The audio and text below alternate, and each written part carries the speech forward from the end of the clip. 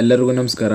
ಇದೇ August 2ರಂದು ನಡೆದಿರುವಂತ police ಇಲಾಖೆಯ civil police constable ಹುದ್ದೆಯ ನೇಮಕಾತಿಯ ಲಿಖಿತ ಪರೀಕ್ಷೆಯನ್ನು ಬರೆದಿರುವಂತಹ ಅಭ್ಯರ್ಥಿಗಳಿಗೆ ಸಂಬಂಧಿಸಿದಂತೆ ಇದೀಗ ಕರ್ನಾಟಕ ಪರೀಕ್ಷಾ ಪ್ರಾಧಿಕಾರದ ಕಡೆಯಿಂದ ಈ ಒಂದು ನೇಮಕಾತಿಗೆ ಸಂಬಂಧಿಸಿದಂತೆ ಪರಿಷ್ಕೃತ ಕೀ ಉತ್ತರಗಳನ್ನು ಬಿಡುಗಡೆ ಮಾಡಲಾಗಿರುವಂತದ್ದು.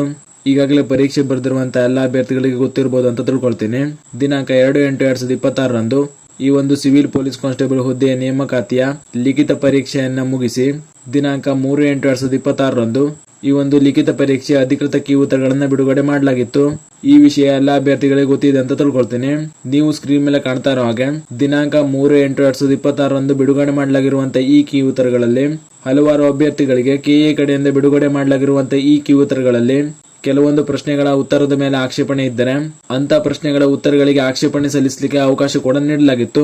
ಇದೀಗ ಅಭ್ಯರ್ಥಿಗಳು ಆಕ್ಷೇಪಣೆ ಸಲ್ಲಿಕೆ ಮಾಡಿರುವಂತಹ ಪ್ರಶ್ನೆಗಳನ್ನ ಕೆಎ ಕಡೆಯಿಂದ ವಿಷಯ ತಜ್ಞರಿಂದ ಪರಿಶೀಲನೆ ಮಾಡಿ ಆಕ್ಷೇಪಣೆ ಸಲ್ಲಿಸಿರುವಂತಹ ಕೆಲವು ಪ್ರಶ್ನೆಗಳಿಗೆ ಪರಿಷ್ಕೃತ ಕೀ ಉತ್ತರಗಳನ್ನ ಬಿಡುಗಡೆ ಮಾಡಲಾಗಿರುವಂತದ್ದು. ನೀವು ಸ್ಕ್ರೀನ್ ಮೇಲೆ ಕಾಣ್ತಾ ಇರೋ ಹಾಗೆ ಇದು ನಾನ್-ಎಚ್ ವೃಂದದ ಪರೀಕ್ಷೆಯನ್ನು ಬರೆದಿರುವಂತಹ ಅಭ್ಯರ್ಥಿಗಳಿಗೆ ಸಂಬಂಧಿಸಿದಂತೆ ಬಿಡುಗಡೆ ಮಾಡಲಾಗಿರುವಂತಹ ಪರಿಷ್ಕೃತ ಕೀ ಉತ್ತರಗಳು ಆಗಿರ್ತವೆ.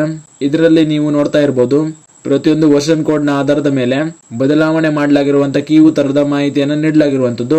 ಇಲ್ಲಿ ನೀವು ವರ್ಷನ್ ಕೋಡ್ ನ ಆಧಾರದ ಮೇಲೆ ನಿಮ್ಮ ವರ್ಷನ್ ಕೋಡ್ ನಲ್ಲಿ ಯಾವ ಪ್ರಶ್ನೆಯ ಉತ್ತರದಲ್ಲಿ ಬದಲಾವಣೆ ಆಗಿದೆ ಅಂತ ನೋಡ್ಕೊಳ್ಳಿ ಮತ್ತು ಕೆಲವೊಂದು ಪ್ರಶ್ನೆಗಳ ಉತ್ತರಗಳಿಗೆ ಗ್ರೇಸ್ ಮಾರ್ಕ್ಸ್ ನ ಕೂಡ ನೀಡಲಾಗಿರುವಂತದ್ದು. ಇದನ್ನು ಕೂಡ ನಿಮ್ಮ ವರ್ಷನ್ ಕೋಡ್ ನ ಕ್ವಶನ್ ನಂಬರ್ ನ ಆಧಾರದ ಮೇಲೆ ನೋಡ್ಕೊಳ್ಳಿ. ಇದು ನಾನ್-ಎಚ್ ವೃಂದದ ಪರೀಕ್ಷೆಗೆ ಸಂಬಂಧಿಸಿದಂತ ಮಾಹಿತಿಯಾಗಿತ್ತು.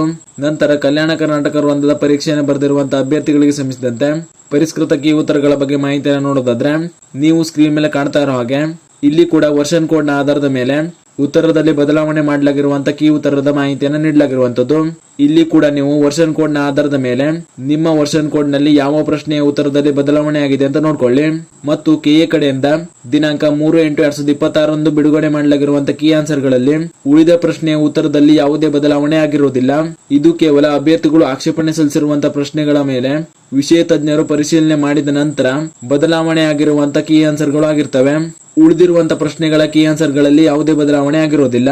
ಇದು ಕೂಡ ಎಲ್ಲ ಅಭ್ಯರ್ಥಿಗಳು ಗೊತ್ತಿರಲಿ. ಜೊತೆಗೆ ಯಾವೆಲ್ಲ ಅಭ್ಯರ್ಥಿಗಳು ಇನ್ನೂ ಕೂಡ ನಿಮ್ಮ ಕೀ ಆನ್ಸರ್ ಗಳನ್ನ ನೋಡ್ಕೊಳ್ಳಿಲ್ವೋ ಅಂತ ಅಭ್ಯರ್ಥಿಗಳು ಕೆ ಅಧಿಕೃತ ವೆಬ್ಸೈಟ್ ನಿಂದ ನಿಮ್ಮ ಕೀ ಆನ್ಸರ್ ಗಳನ್ನ ನೋಡ್ಕೊಳ್ಬಹುದು.